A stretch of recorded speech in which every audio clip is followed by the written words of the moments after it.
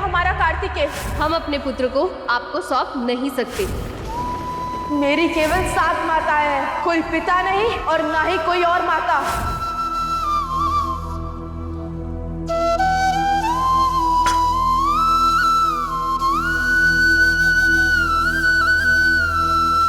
देवी,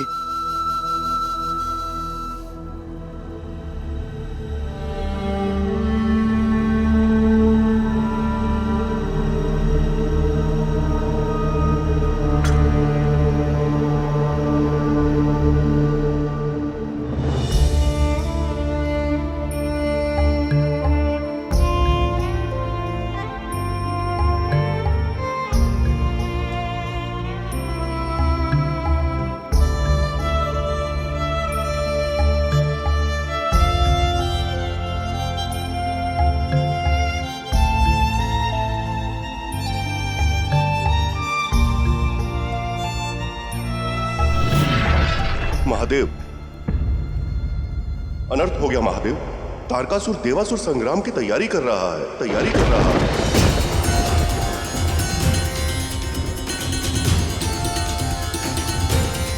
शिवपुत्र के सिवा उसे कोई नहीं मार सकता।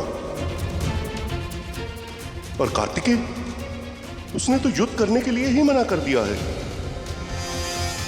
हाँ महादेव, समय जटिल है। संसार को कार्तिकेय की आवश्यकता है। उसे अपना उद्देश्य पूर्ण करना होगा, अपने दायित्व को निभाना होगा।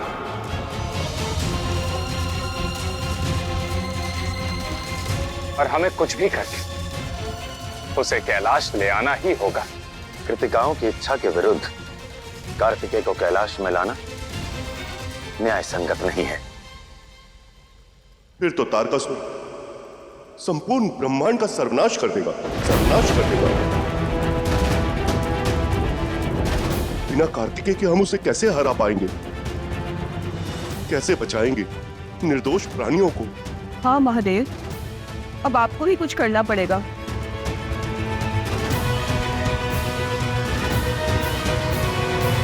उद्देश्य के मार्ग पर कठिनाइयां तो आएंगी देवी सरस्वती। उन कठिनाइयों को पार करना ही तो हमारा उत्तरदायित्व है। अर्थात महादेव?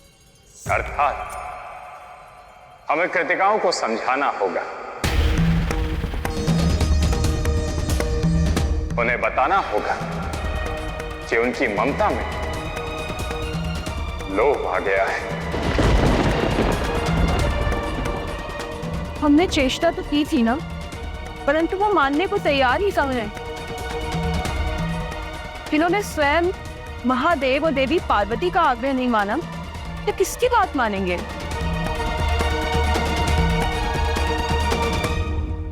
हम कैसे समझाएं उन्हें महादेव? उसके लिए हमें एक लीला करनी होगी।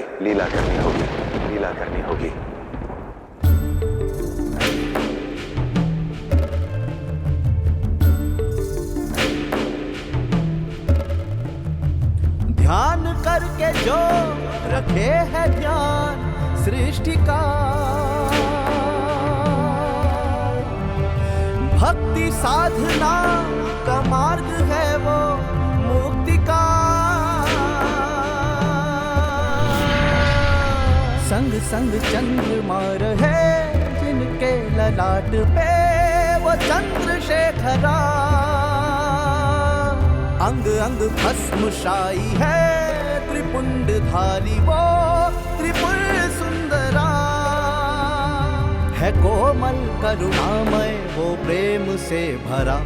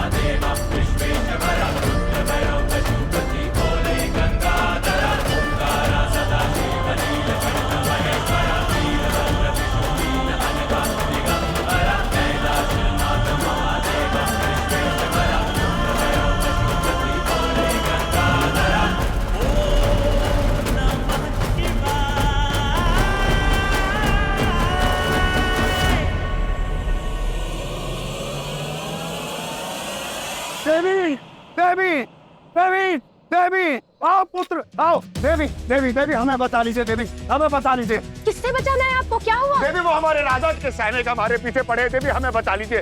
कितनी बार कहा है लौटा दीजिए इस बालक को। कब कब ऐसे दर दर भटकते रहेंगे हम? उन्होंने यहीं कहीं छुपे होंगे। देवी देवी देवी देवी हमारे राजा के सैनिक। देवी देवी हमारी सहायता कीजिए। देवी हमारी सहायता कीजिए।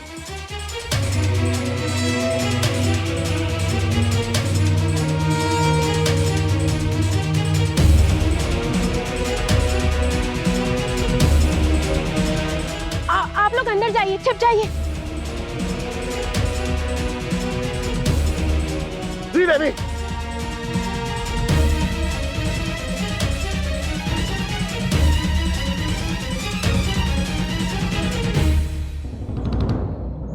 क्या यहाँ एक पति पत्नी और बालक आते दिखाई दिए? नहीं नहीं, यहाँ कोई नहीं आया था। देवी सत्य बताइए। हम भला असत्य क्यों कहेंगे? आप सब चले जाइए यहाँ से।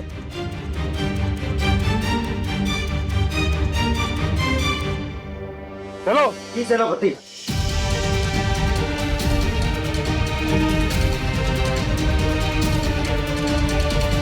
वो लोग जा चुके हैं, आप लोग बाहर आ सकते हैं।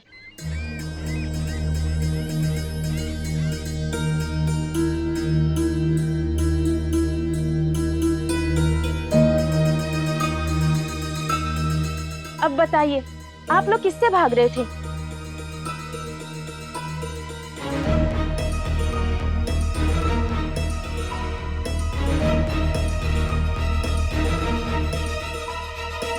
मैं राजमहल में दासी थी, रानी को पुत्र हुआ तो उन्होंने शत्रु से बचाने के लिए उसे मेरे पास भेज दिया, पालन पोषण के लिए। हमने ही इसे पाला पोसा बड़ा किया और आज वो इसे राजकुमार की गद्दी देना चाहती हैं। इसे पुनः अपने पास ले जाना चाहती हैं। परंतु मेरे पति का मानना है कि हमने इसे पाला पोसा है, हमने इसे पुत्र के समान रखा है, तो हम इसे नहीं लौटाएंगे। और हम इसे लेकर भाग कर आ गए। हाँ हाँ, तो इसमें अनुचित क्या है? देवियों आप ही बताइए, बचपन से इसे इतने प्रेम से पाला है, इतना बड़ा किया है, अधिकार है मेरा इस पे, अधिकार है मेरा इस पे, अधिकार है मेरा इस पे। मेरा पुत्र है, कैसे मैं इसे दे दूं? कैसे मैं इसे दे दूं?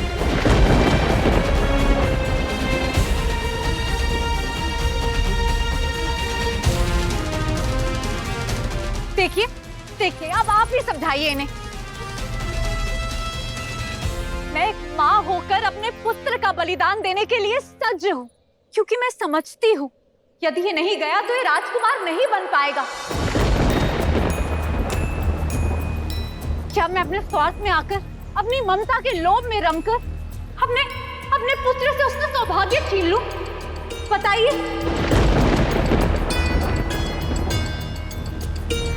राजमहल में अनेकों दासियां थी, परंतु रानी ने मुझे इसे पालने का सौभाग्य दिया।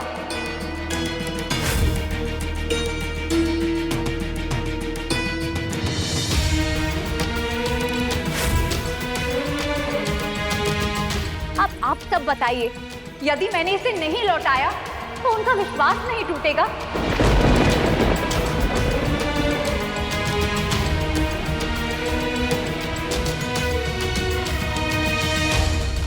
गुजरती आपसे, मेरी झूमी को भर दीजिए, मेरी झूमी को भर दीजिए।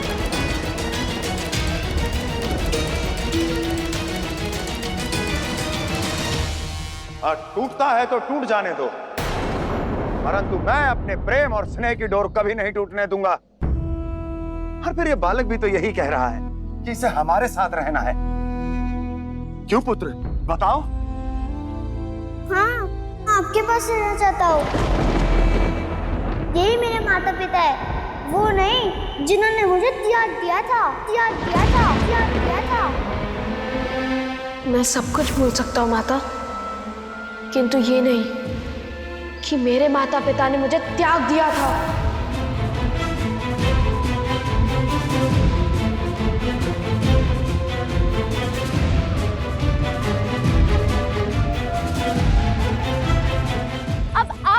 उठाइए इन्हें। जब रानी ने मुझे पुत्र दिया था तो मुझे गर्व का अनुभव हुआ था। ऐसा प्रतीत हुआ था कि मैं अपने राज्य के लिए कर्तव्य निभा रही हूं, कर्तव्य निभा रही हूं, कर्तव्य निभा रही हूं। महादेव ने स्वयं आपका चयन किया है और उन्हें पूर्ण विश्वास है कि पूरे ब्रह्मांड में केवल आप ही हैं जिनकी छत्र छाया में उनका पुत्र सुरक्षित रह सकता है।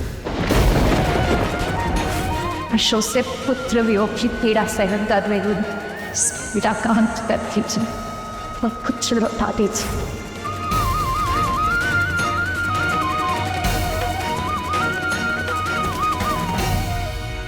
अब यदि मैंने अपना वचन पूरा नहीं किया तो क्या मेरी ममता पर लांछन नहीं लगेगा?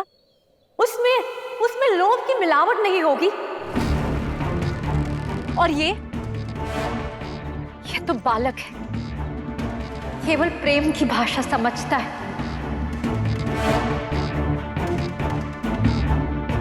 परंतु मैं तो माता हूं ना। प्रेम, बलिदान, कर्तव्य सब समझती हूं ना। तुम चाहे जो तर्क देना है दे दो,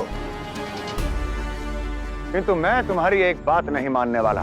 तो ठीक है, मत मानिए मेरी बात, परंतु ये सब तो सप्त ऋषियों की पत्नियां हैं। न्याय, सत्य, कर्तव्य की मूर्त है। अब इनका जो भी निर्णय होगा वो आपको मानना पड़ेगा।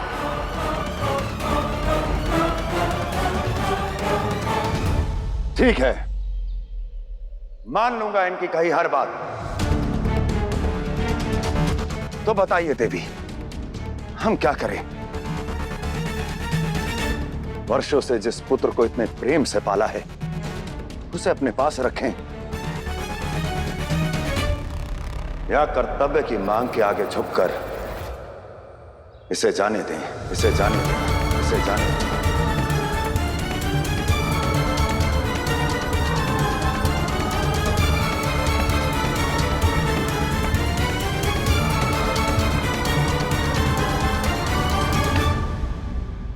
जो कृतिकाएं स्वयं इस प्रकार पुत्र मोह में बंधी हैं, वो न्याय कैसे करेगी?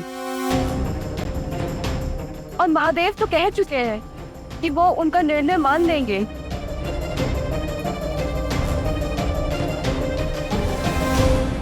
कई बार मनोस्थिति पर परिस्थिति इतनी हावी हो जाती है कि स्वयं के लिए निर्णय लेते समय उचित अनुचित की रेखा धूमिल हो जाती है, जबकि वही व्यक्ति तनिक दूरी पर खड़ा होकर उन परिस्थितियों को देखकर साफ साफ समझ पाता है कि उसने जो भी किया था, जो भी निर्णय लिया था, वो सब अनुचित था।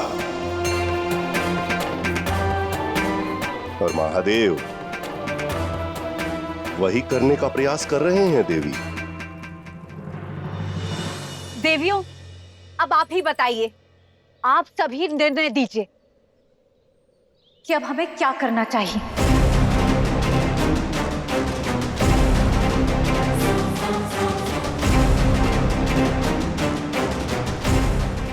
ऐसे नहीं। आप सभी देवियां महादेव की बहुत बड़ी भक्त है ना, तो ठीक है, महादेव के प्रतीक को छूकर आप जो भी निर्णय लेंगी वो हमें स्वीकार होगा, वो हमें स्वीकार होगा, वो हमें स्वीकार होगा।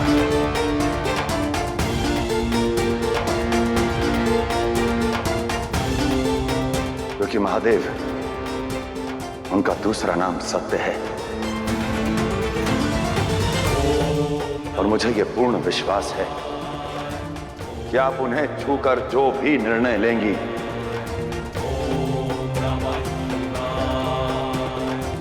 वो सत्य होगा, वो सत्य होगा। ओम नमः शिवाय, ओम नमः शिवाय, ओम नमः शिवाय, ओम नमः शिवाय, ओम नमः शिवाय, ओम नमः शिवाय। हाँ, यही उचित होगा। आइए देवियों, महादेव को छूकर निर्णय दीजिए।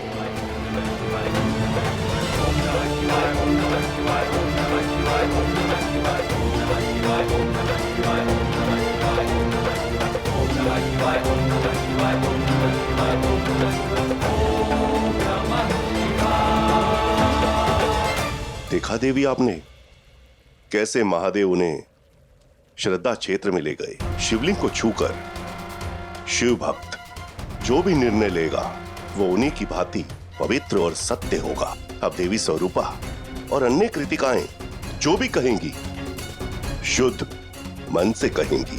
सिंधी, यदि कृतिकाओं ने शिवलिंग को छूकर ये निर्णय लिया कि बालक को राजा को नहीं लौटाना है, इसका अर्थ जानते हैं ना ब्रह्मदेव? इसका अर्थ होगा कि कार्तिकेय कभी भी कैलाश, पार्वती और शिव के पास नहीं लौट पाएगा।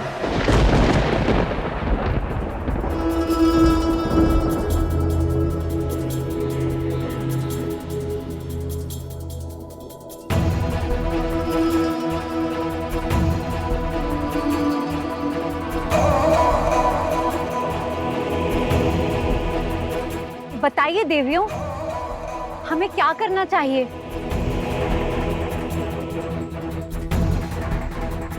आप सभी सप्तऋषियों की पत्नियां हैं और आपका निर्णय आज इस संपूर्ण संसार के लिए उदाहरण बनेगा, आदर्श बनेगा।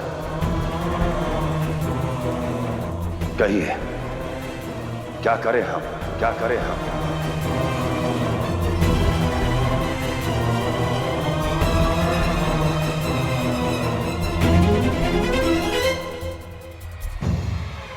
यदि आप सभी ऐसे भावनाओं में बह जाएंगे तो धर्म का, उद्देश्य का मार्ग कैसे प्रशस्त होगा? अब बारी आप सभी की है अपने मातृत्व का आदर करने की। जन कल्याण का प्रश्न है देवी, हट त्याग दीजिए।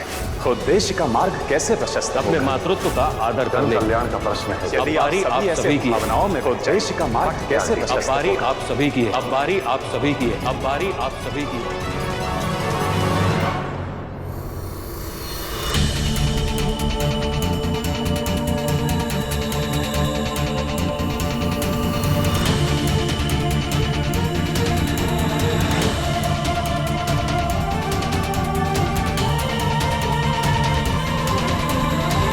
देखिए माता, मैं आप सबके प्रिय फल लेकर आया हूँ। माता, ये आप सब क्या कर रही है?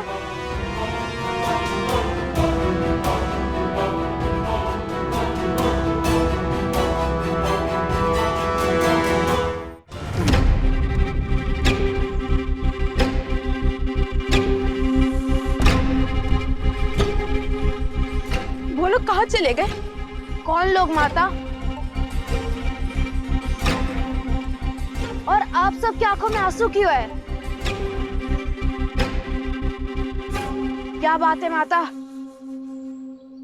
क्या फिर से मुझे कोई कैलाश ले जाने आया था? क्या फिर से मुझे कोई कैलाश ले जाने आया था?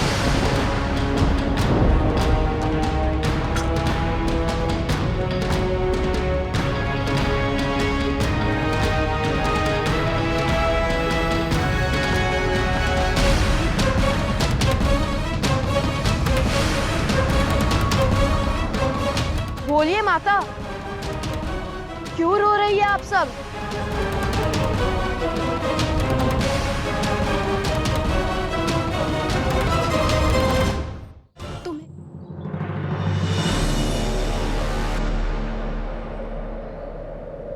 क्या हुआ माता?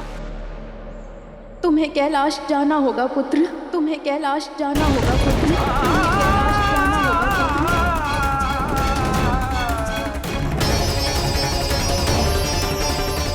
तुम्हें वहां रहना होगा पुत्र। तुम्हें अपना उद्देश्य पूरा करना होगा। यही तुम्हारी नियति है और यही तुम्हारे लिए उचित है।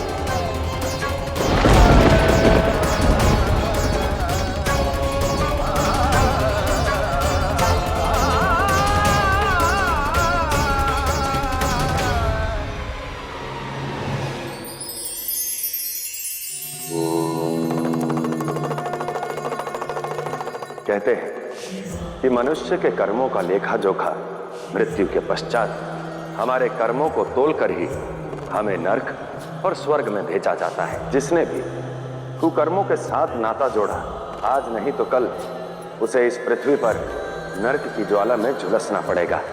इसलिए आज से और इसी क्षण से आप स्वयं के कर्मों को आंकना आरंभ कर दीजिए और देखिए कैसे आपका जीवन और आपका मन स्वर्ग की भांति पवित्र हो जाएंगे।